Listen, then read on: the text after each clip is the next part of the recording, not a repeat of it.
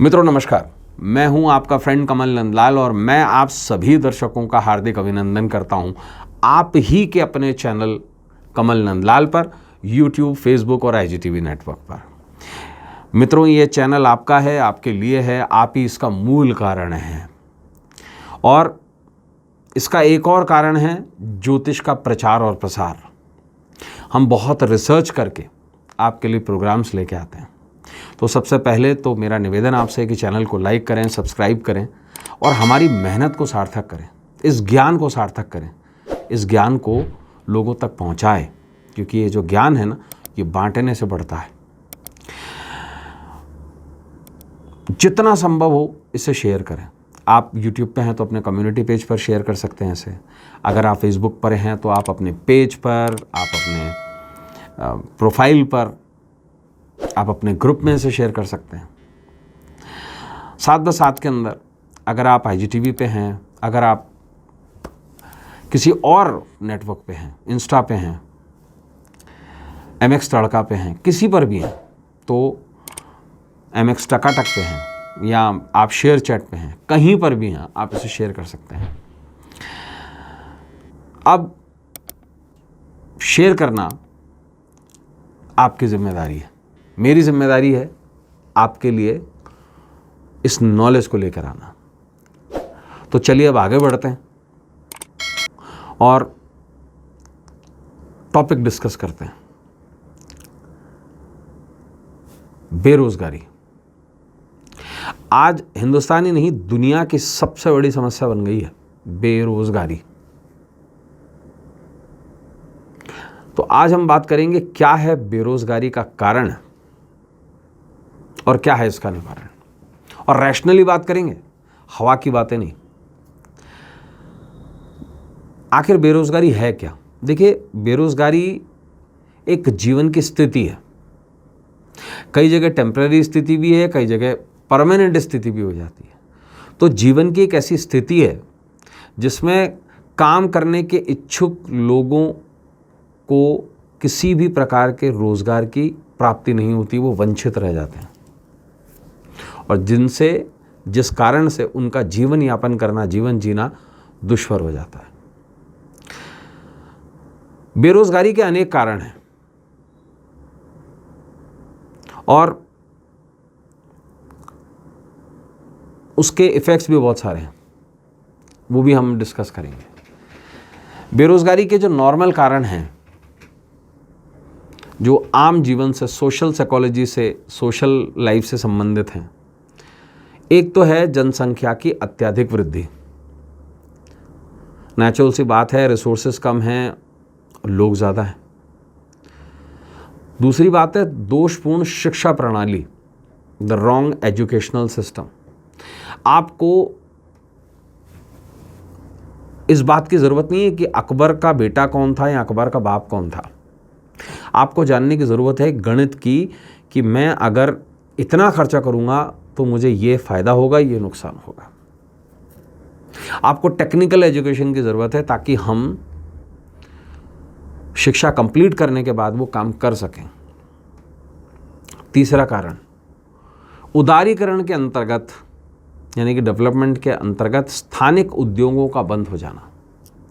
एक समय याद रखिए जब बहुत हाई-फाई कोल्ड ड्रिंक्स नहीं हुआ करती थी, है ना, तो शरबत की बिक्री ज़्यादा होती थी।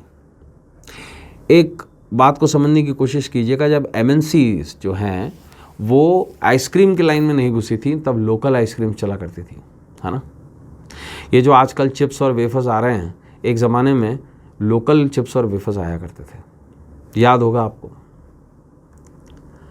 तो हमारे लोकल उद्योग बंद हो गए हैं उदारीकरण के कारण।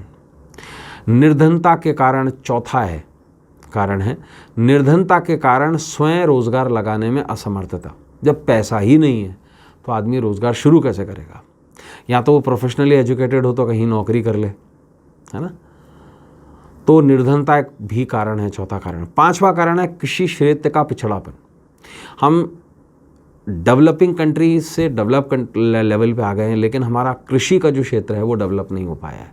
आज भी हम बरसात के भरोसे हैं, आज भी हम सूखे के भरोसे हैं, टेम्परेचर के भरोसे हैं।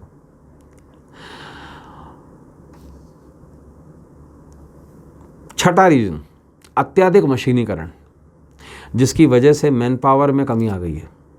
अब काम मशीनें कर रही हैं। एक ज़माने में जो काम अकाउंटेंट 3-3, 4-4 किया करते थे, आजकल टैली जैसा एक सॉफ्टवेयर कर देता है वो काम। या मैं यूँ कहूँ कि आजकल मैनुअल वर्क में कमी आ गई है। बहुत सारी मशीनें लग गई हैं, मिठाई बनाने की मशीनें लग गई हैं, खाना बनाने की, रोटी बेलने तक की मशीनें लग गई हैं। सातवां कारण, नए रोजगार की अपर्याप्तता। जब रोजगार होगा ही नहीं तो आएगा कैसे। आठवीं और सबसे बड़ी चीज, अब आप समझिएगा और सुनिएगा, ये सारे फैक्टर्स आठों के आठों सबके साथ हैं, तो क्या सब बेरोजगार हैं? नहीं, चंद बेरोजगार हैं। मैं यूं कहूं 70% लोगों के पास रोजगार है, 30% के पास नहीं है। और इसका कारण क्या है? बुरी किस्मत।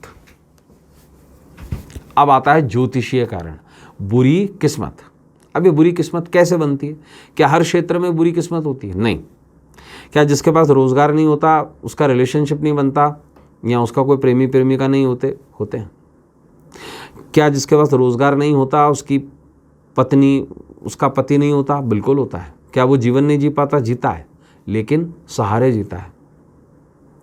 कभी अपने पिता और माता के सहारे जीवन का यापन करता है। आज भी मैं आपको दिखा दूं, गांव में बच्चे कुछ नहीं करते, 20-20 साल, 21-21 साल के हो गए, उनकी शादी करा दी जाती है।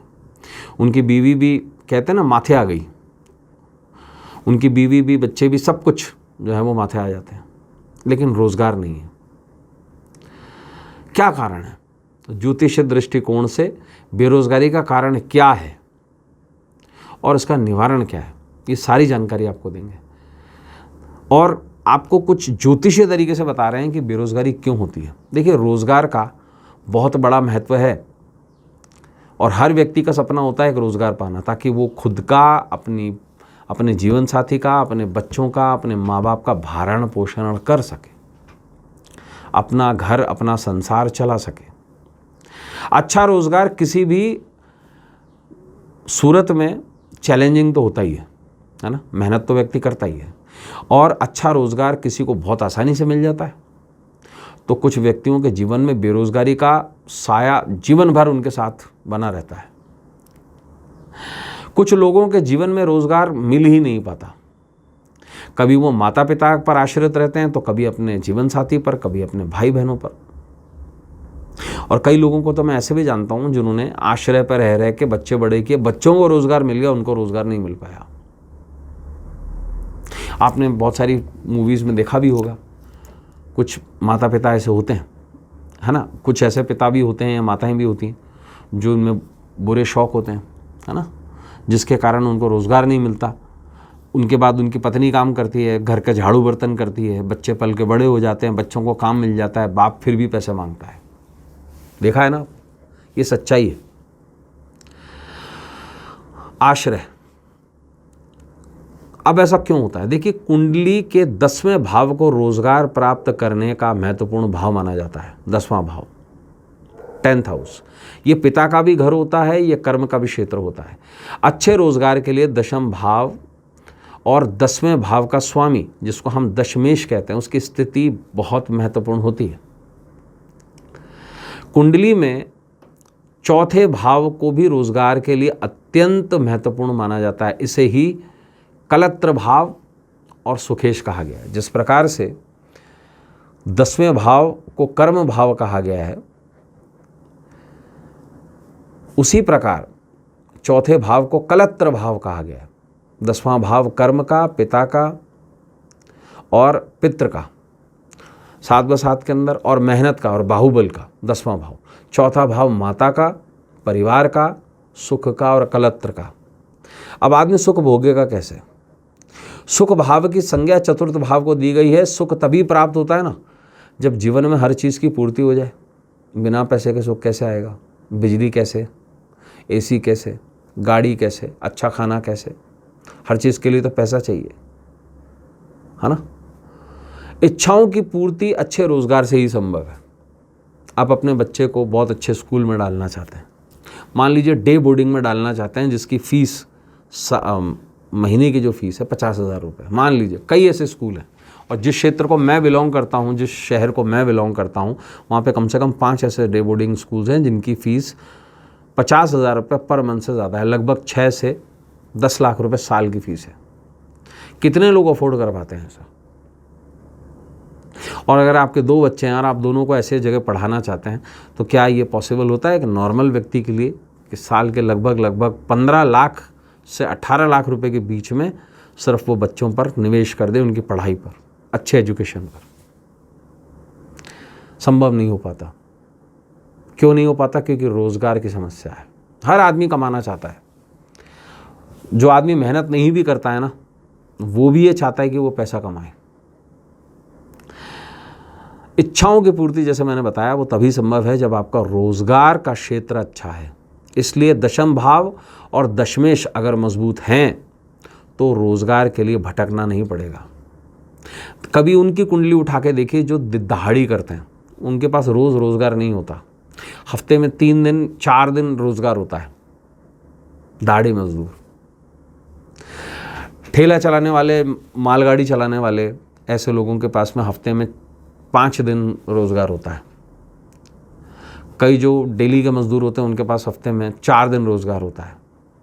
कुछ ऐसे भी लोग होते हैं जो घरेलू काम करते हैं, उनके पास कभी कभी तो पूरा महीना रोज़गार होता है, और ऐसा भी महीना होता है जो पूरे महीने काम नहीं है। मैं दूर क्यों जाऊं? मैं आपको ऐसी भी स्थिति बताता हूं जहां पर ब्राह्मणों के पास भी काम नहीं है, क्योंकि पूजा पाठ हर दिन तो नहीं होता। उनकी कुंडली चेक कीजिए। उनकी कुंडली चेक करने पर मिलेगा 10वें भाव की स्थिति खराब है। 10वें भाव का स्वामी या तो बहुत ज़्यादा मलिन प्रभाव में आ गया है। देखिए, चतुर्थेश यानी कि चौथे भाव का स्वामी और दशमेश यानी कि 10वें भाव का स्वामी अगर कमज़ोर स्थिति में है तो जीवन पर्यंत जकड़े रखती है बेरोजगारी। यदि दशमेश की स्थिति कमज़ोर है तो दशम भाव में खराब या दशम भाव में खराब पाप ग्रह की दृष्टि बनी हुई है, तो जीवन में रोजगार के लिए व्यक्ति को बहुत संघर्ष करना पड़ता है, लेकिन रोजगार मिल जाता है। यदि सुखेश यानी कि चौथे भाव का स्वामी कमज़ोर है तो पाप या फिर पाप युक्त खराब ग्रहों के साथ में बैठा हुआ है, तो सुख भाव में पाप घर बैठ जाएं तो ऐसी स्थिति के अंदर जीवन पर्यंत व्यक्ति को बेरोजगारी देखने को मिलती है। सुख नहीं मिलते उसको, कभी मिलती है, हफ्ते में 2 दिन मिली, छूट गई। अब कई बार ऐसा होता है कि एक शब्द आता है लेडी लक, नाम सुना है आपने? कब होता है? विवाह के बाद में, या जीवन साथी की किस्मत वहाँ काम करना शुरू कर देती है। तो विवाह के समय भी जन्म कुंडली विश्लेषण में बारीकी से देखा जाता है। यदि सप्तमेश यानी कि 7वें भाव का स्वामी की अगर स्थिति जो है वो कमज़ोर हो जाए तो पूरे जीवन के अंतराल में शादी के बाद भी बेरोजगारी बनी रहती है। और सप्तमेश की स्थिति यदि मजबूत हो जाए, सप्तम भाव में शुभ ग्रह शुभ दृष्टि हो, तो विवाह के बाद व्यक्ति की किस्मत चमक जाती है। व्यक्ति को रोजगार के लिए संघर्ष खत्म हो जाता है और वो रोजगार पा लेता है, जीवन की सुख और समृद्धि पा लेता है। अब प्रश्न आता है कि निचोड़ क्या है इसका और निवारण क्या है इसका। देखिए, नौकरी के लिए चौथा भाव, छठा भाव, 10वां और 11वां भाव ये महत्वपूर्ण है, और इनके स्वामी का अच्छा होना बहुत ज़रूरी है। इसलिए नैसर्गिक रूप से चंद्रमा, बुध, शुक्र और शनि इनका ठीक होना बहुत ज़रूरी है। इसके लिए कुछ अगर आप उपाय अपनाते हैं, मैं 6 उपाय बता रहा हूँ। 6 इसलिए हैं क्योंकि छठा भाव जो होता है वो नौकरी से संबंधित होता है। तो 6 उपाय आपको बता रहा हूँ। ये 6 के 6 अगर पूरे हो जाते हैं तो निश्चित रूप से नौकरी की संभावनाएं बन जाती हैं, रोज़गार की संभावनाएं बन जाती हैं। या तो आदमी छोटा मोटा बिजनेस अरेंज कर लेता है या उसकी नौकरी लग जाती है, कुल मिला के उसकी बेरोज़गारी खत्म हो जाती है। क्या करें? देखिए, पहला उपाय, कांच की बोतल में गंगा जल भर लीजिए और उसमें एक चांदी का चौकोर टुकड़ा डालकर उसे घर की उत्तर पश्चिम दिशा, जो चंद्रमा की दिशा होती है, उसमें स्थापित कर दीजिए। इससे चंद्रमा ठीक हो जाएगा, चौथा भाव ठीक हो जाएगा।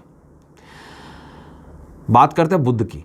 उपाय नंबर दूसरा, बुधवार के दिन मिट्टी की हांडी में, यानी कि मिट्टी की कढ़ाई हो, हांडी हो, उसमें मशरूम डालकर, कच्चे मशरूम, जो बाज़ार में सब्जी के मशरूम मिलते हैं बनाने वाले, लेकिन कटे हुए नहीं, साबुत, तो मशरूम डालकर दुर्गा मंदिर में चढ़ाएं।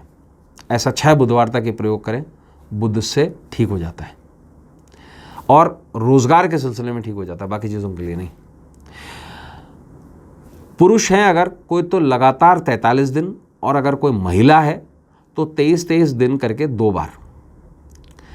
घर के पास जो कोई भी आपके मंदिर पड़ता हो, गुरुद्वारा पड़ता हो, कोई भी धर्मस्थल हो, वहाँ जाकर नंगे पांव, अपने घर से नंगे पांव निकलना है और वहाँ पर घी का दीपक जलाना है।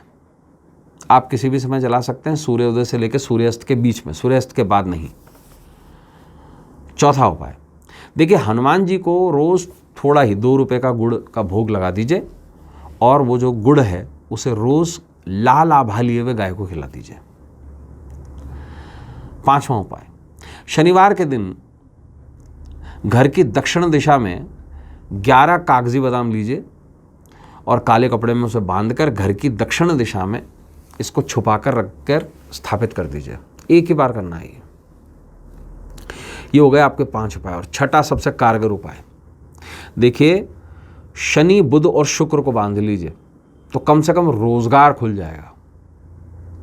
चंद्रमा ना भी बंधे, बहुत ज़्यादा सुख ना भी मिले, और शादीशुदा हो या कोई ना हो, ठीक है, तो 3 ग्रह को बांध लीजिए, कम से कम रोजगार चालू हो जाता है। और इसका सबसे बेहतर और सबसे सस्ता तरीका है रुद्राक्ष धारण करना, प्राण प्रतिष्ठित रुद्राक्ष धारण करना। देखिए लाल धागे में पिरोए हुए, प्राण प्रतिष्ठा किए हुए 4 मुखी, 7 मुखी और 6 मुखी रुद्राक्ष, इसका कॉम्बिनेशन डालिए। 4 मुखी बुध के लिए है, 7 मुखी शनि के लिए और 6 मुखी शुक्र के लिए। इसका कवच डाल लीजिए। आश्वस्त कर रहा हूँ आपको, किसी भी तरीके की बेरोजगारी निश्चित दूर होती है। तो मित्रों आज के लिए बस इतना ही। आपसे कल फिर मुलाकात होगी एक नए विषय को लेकर। हम बहुत मेहनत करके आपके लिए सब्जेक्ट्स को लेके आते हैं, बहुत रिसर्च के बाद में, बहुत मेहनत के बाद में। तो जाने से पहले आपसे यही कहूँगा कि ये चैनल आपका है, आपके लिए है, आप इसका कारण हैं। कमल नंदलाल आपका है, चैनल कमल नंदलाल आपका है, तो इसे लाइक करें, सब्सक्राइब करें और शेयर ज़रूर करें। बेल आइकन ज़रूर दबाएं ताकि सारी नोटिफिकेशंस आप तक पहुंच पाएँ। और आप ज़रूर लिखिए हमें, जो हमारी ईमेल आईडी भी दी हुई है kamalnandlal@gmail.com, उस पर आप ये लिख सकते हैं कि आप क्या प्रोग्राम देखना चाहते हैं। जैसे हमारे व्यूअर्स ने हमें लिखा है कि वो कुछ सब्जेक्ट्स पे, जैसे एलोवेरा है या एक और पेड़ बताया है, उस पर कुछ प्रोग्राम्स देखना चाहते हैं, हम ज़रूर ऐसे प्रोग्राम्स लेके आएंगे। आप वास्तु पर कुछ देखना चाहते हो, आप तंत्र पर कुछ देखना चाहते हो, ज़रूर बताइए। आपकी इच्छा के अनुसार हम प्रोग्राम बनाने की कोशिश करेंगे, उस पर पूरी रिसर्च के बाद काम करेंगे। तो मित्रों आज के लिए बस इतना ही। कल फिर आपसे मुलाकात होगी। तब तक अपने मित्र कमल नंदलाल को इस उम्मीद के साथ इजाज़त दीजिए कि हम सभी का आने वाला जो कल है, हमारा भविष्य है, वो उज्जवल हो, सुखद हो, सुंदर हो। इजाज़त दीजिए। नमस्कार, नमः शिवाय, हर हर महादेव।